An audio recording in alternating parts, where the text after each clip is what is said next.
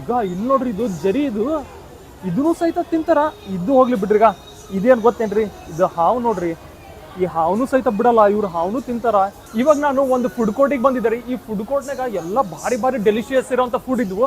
But ನಾವು ಒಂದು food ನೋಡಿದೆ, ಅದು ನೋಡ್ಬಿಟ್ಟು ಫುಲ್ ಶಾಕ್ ಆದೆ. ಅದು ಯಾವ ಫುಡ್ ಅಂತ ಹೇಳಿ ನಿಮಗೆ ತೋರಿಸಿ ನೋಡ್ರಿ. ಇವಾಗ ಇಲ್ಲಿ ನೋಡ್ರಿ, ಇಲ್ಲಿ ಫುಡ್ ನೋಡ್ರಿ ಯಾವಿವು, ಯಾವ್ದಾದ್ರು ಹುಳಾವರಿ ಇವೆಲ್ಲ ಏನು ಖತರ್ನಾಕವ. ಇವೇನೋ ಮಿಡಿಚಿದ್ದಂಗೆ ಐತಿದೆಲ್ಲ. ಆಮೇಲೆ ಈಗ ಇವೆಲ್ಲ ಚೇಳು. ಇದು ಯಾವ ಹುಳ ಏನೋ ಗೊತ್ತಿಲ್ಲ. ಯಪ್ಪೋ ಎಷ್ಟರ ಡೇಂಜರ್ ಅವ್ರಿ ಒಂದೊಂದು ಹುಳಗಳಿವು.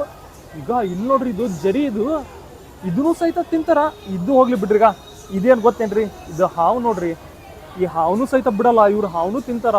ಇಲ್ಲಿ ಚೇಳು, ಇದು ಏನೋ ಸ್ಕಾರ್ಪಿಯನ್ ಅಂತಾರಲ್ಲ ಅದು ಇದು. ಆಮೇಲೆ ಇವು ಯಾವುದೋ ಒಂದು ಕೀಡಿ, ಇದೂ ತಿಂತಾರ. ಇವೇನವ ನಮ್ಗೆ ಗೊತ್ತಿಲ್ಲ. ಬಟ್ ಇವೆಲ್ಲ ನೋಡ್ರಿ ಎದರಿಂದ ಮಾಡಿರ್ತಾರ ಗೊತ್ತಿಲ್ಲ. ಭಾರಿ ಡೇಂಜರ್ ನೋಡ್ರಿಪ್ಪ. ಚೈನಾನಾಗ ಇವೆಲ್ಲ ತಿಂತಾರೆ ನೋಡ್ರಿ. ಮತ್ತು ಈ ಕಡೆ ಮತ್ತು ಫುಡ್ ಎಲ್ಲ ಬೇರೆ ಅವ. ಇವೆಲ್ಲ ಸ್ವಲ್ಪ ನೋಡೋಕೆ ಓಕೆ ಅವ. ಬಟ್ ಇದೇನೋ ಸ್ಕ್ವಿಡ್ ಅಂತಾರ. ಆಮೇಲೆ ಇವೆಲ್ಲ ಯಾವ್ಯಾವ ಗೊತ್ತಿಲ್ಲ ನನಗೆ.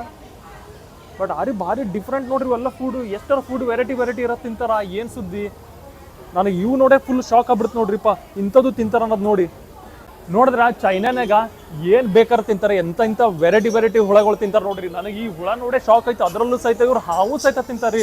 ಎಷ್ಟು ವಿಚಿತ್ರ ನೋಡ್ರಿ ಇಲ್ಲೆಲ್ಲ.